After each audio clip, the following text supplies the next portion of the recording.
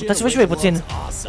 Holy, cât de bine arată, bro. Salutare tuturor, eu sunt DannyFTW și bine v-am regăsit la un nou episod mai special, deoarece astăzi avem noul sezon din Fortnite sezonul 2 și hai să vedem tot ce este nou, tot ce este nou. Clipul este de la Top 5 Gaming, le dăm aici un like și lor. Hai să vedem.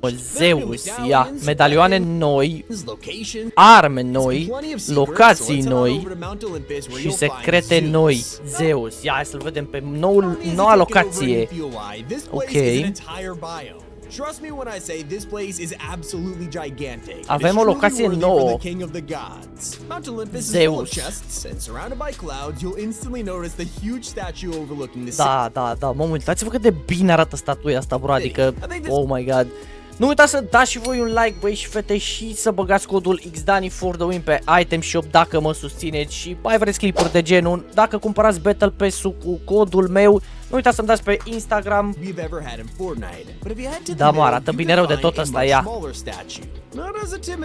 O stat. What? Nu știam că așa... What? Nu știam că așa-l bați pe Zeus.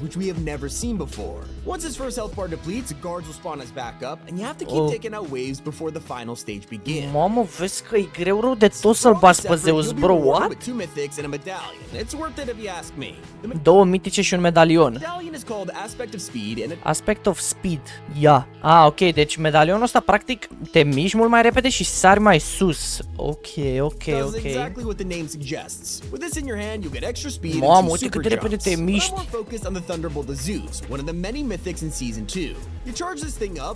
Da, e Caterin rău de tot ăsta, am văzut și eu. Turns out if you're on a dirt bike, you can thunderbolt straight into the air, taking anyone by surprise. But watch out, using this thing makes you super vulnerable. Kind of like Iron Man's Unibeam or the Kamehameha. That's not the only mythic Zeus drops though. You also get a Huntress, the latest DMR in Fortnite. Whether you love him or hate him, this does 170 damage for a headshot, so you gotta at least consider it. That's only for the mythic version though, if you want to try this without taking out Zeus, and normal Huntress DMRs are scattered around the map. Da, gen, avem mai multe iteme noi. Insanely high up in the air. Yeah. Season 2 has added a whole new type of movement of flying. Da, bro, deci asta mi se pare gen next level asta, adică ai aripi în joc, bro, what? Mă, ce? These things are all over the map with everyone using them, so it feels like cars just became useless. There's a speed boost to move around quicker, but my personal favorite thing is the dive bomb. Probably the most fun you can have with wings, and it's so good for attacking boxed up players. Just look how fast you notice dive, no one sees it coming. So it sounds way too powerful, right? Well, there is one issue you have to be aware of when flying around. If anyone shoots your wings, you'll straight up fall out of the sky. Asta e mai nasoală, mă, sincer să fiu, că dacă te bate cineva în aer... Da, deci sunt beneficii, dar sunt și dezavantaje, să zic așa. Ia, avem un nou chest. Ok.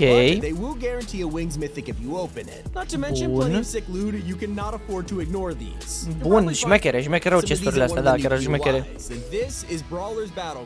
It's in the bottom right corner of the map, and let me tell you, it is filled to the brim with statues. There are soldiers everywhere, including the decapitated head of a minotaur. How cool is that? Clearly, this is the domain of someone you would most expect, Ares, the god of war. To summon him, just hit up that statue in the middle, and you'll be thrown into a thrilling battle. Just like Zeus, he has multiple waves, but your reward is interesting. You would think Ares would have a spear or some kind of shield item, yet he'll drop a mythic AR. Yeah, this is Ares' Warforged assault rifle. I wouldn't say this Greek god is known for spraying enemies with bullets, but it'll work. It's a pretty strong weapon, and you can find regular versions around the map if you're not up to the task. Deci avem un AR legendar, mitic de fapt.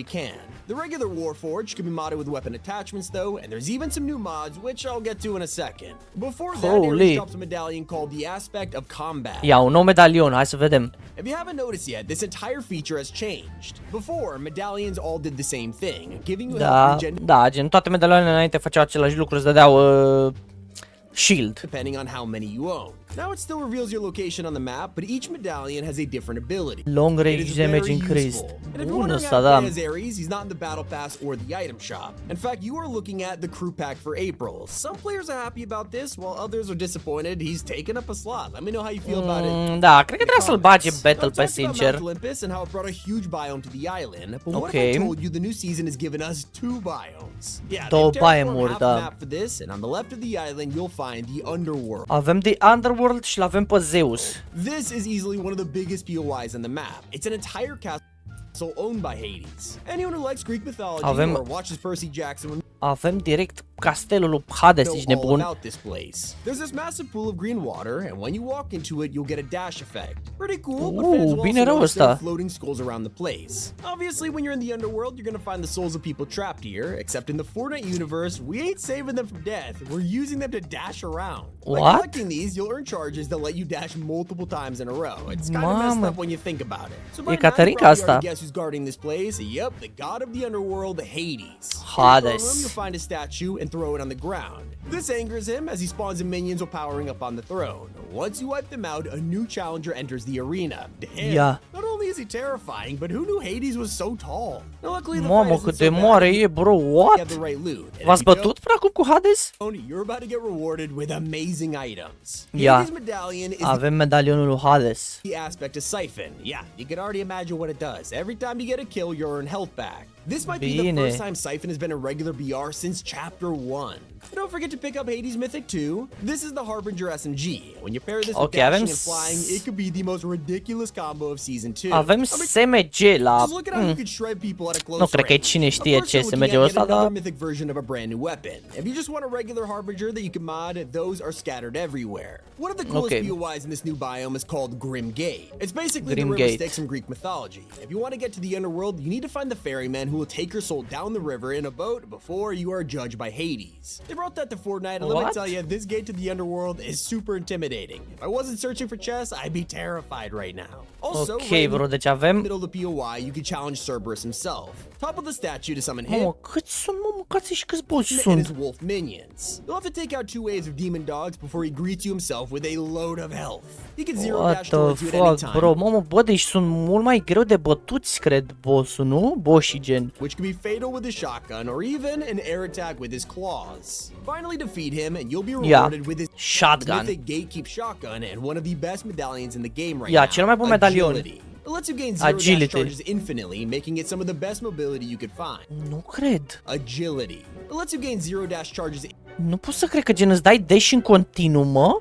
infinitely, making it some of the best mobility you could find. Combine this with the mythic shotgun and you'll basically What? become unstoppable. Even the normal Mamă, bro, deci... Ok, sunt mai greu de bătuți boșii, dar sunt mult mai OP, gen îți dau alte iteme mult mai OP.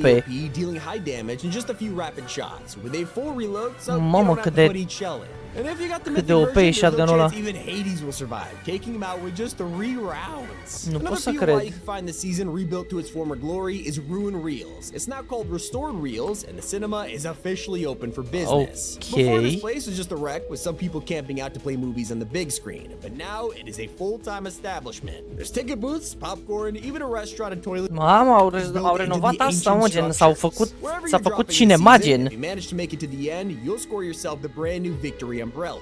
Ah, ok, deci asta este umbrela nouă, ia să vedem, ia. Ok, asta este umbrela nouă, vreau să-mi scrieți în comentarii dacă voi ați luat-o deja, umbrela asta, sau dacă nu ați luat-o. Bă, arată ok, sincer să fiu, chiar arată ok. New Victory Umbrella. As usual, you'll get it for the first match you win of the season, and this time it is the Olympian. The It's the perfect Olympian. glider for the gods, but if you want an even cooler version, you'll have to wait until later in the season to unlock the Ranked Edition.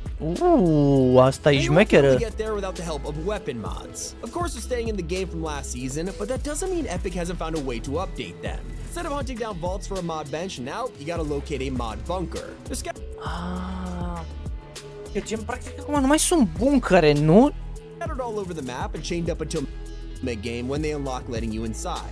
Ok, deci practic sunt și acum niște buncăre, dar gen nu mai sunt cum erau, trebuia să bați boss-ul și după aia să fie buncărul, nu?